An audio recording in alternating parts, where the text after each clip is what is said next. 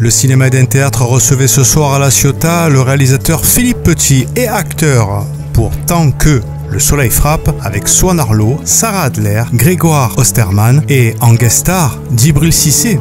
Ce jardin, on le rêve un peu comme un refuge. C'est vraiment un lieu pour ne rien faire. Une zone de ralentissement au plein cœur de la ville. Pour arrêter ce rythme effréné de la ville. C'est pourquoi. Je sais pas, je suis tellement...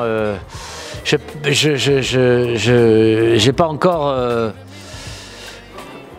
pu formaliser, mais je savais déjà que j'étais dans la ville. Donc tout à l'heure, je me suis un peu promené comme ça en sentant un petit peu se passer comme ça et ces réminiscences. Et puis là, en voyant la façade, la cour, tout ça, effectivement, je suis évidemment extrêmement ému, quoi. C'est toujours un peu...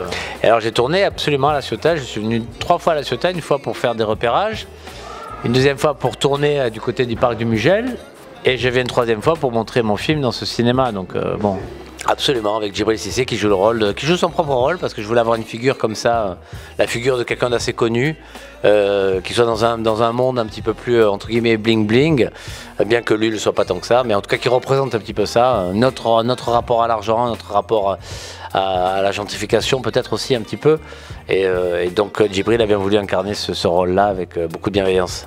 C'est l'histoire d'un projet, quelqu'un qui tente de mener à bien un projet, qui en l'occurrence est un projet de jardin effectivement, avec une conscience écologique, citoyenne assez forte. Donc un projet, une espèce de bulle végétale dans le centre d'une ville, une bulle sans clôture, qui convoque un peu l'idée de l'osium romain, le plaisir et le partage actif, quoi. En réalité, c'est pas que le projet ne lui tient pas à cœur, c'est que le personnage est confronté à différentes difficultés qui font l'histoire d'un projet. C'est qu'en gros, il essaye, lui, à différents endroits d'obtenir des budgets par les pouvoirs locaux, par la mairie ou avec l'aide d'un architecte. Et il essaye de monter et également aussi avec l'aide des citoyens et de son collaborateur.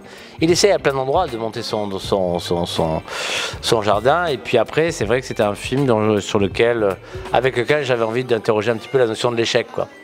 Qu'est-ce que c'est que de ne pas réussir un projet? À quel endroit finalement aussi on apprend quelque chose de ces échecs?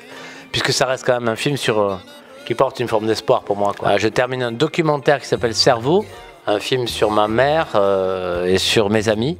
Un film qui convoque l'intime, comme en l'occurrence qui parle de la manière dont on peut accompagner ses parents quand ils vieillissent un petit peu, sur l'amour qu'on leur donne, comment on est avec eux. En gros, j'ai filmé ma mère en rendez-vous avec elle dans un EHPAD et un peu autour de ça. C'est un film assez émouvant.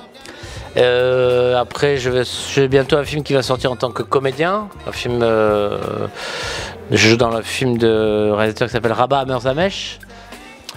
Voilà, et puis je commence à écrire mon prochain long métrage. Merci beaucoup. Merci. Les amis, on espère que vous avez passé un bon moment. Alors n'oubliez pas, abonnez-vous, le petit carré rouge, le pouce bleu et la cloche. Et on se retrouve juste après pour une prochaine interview. Et à très bientôt les amis.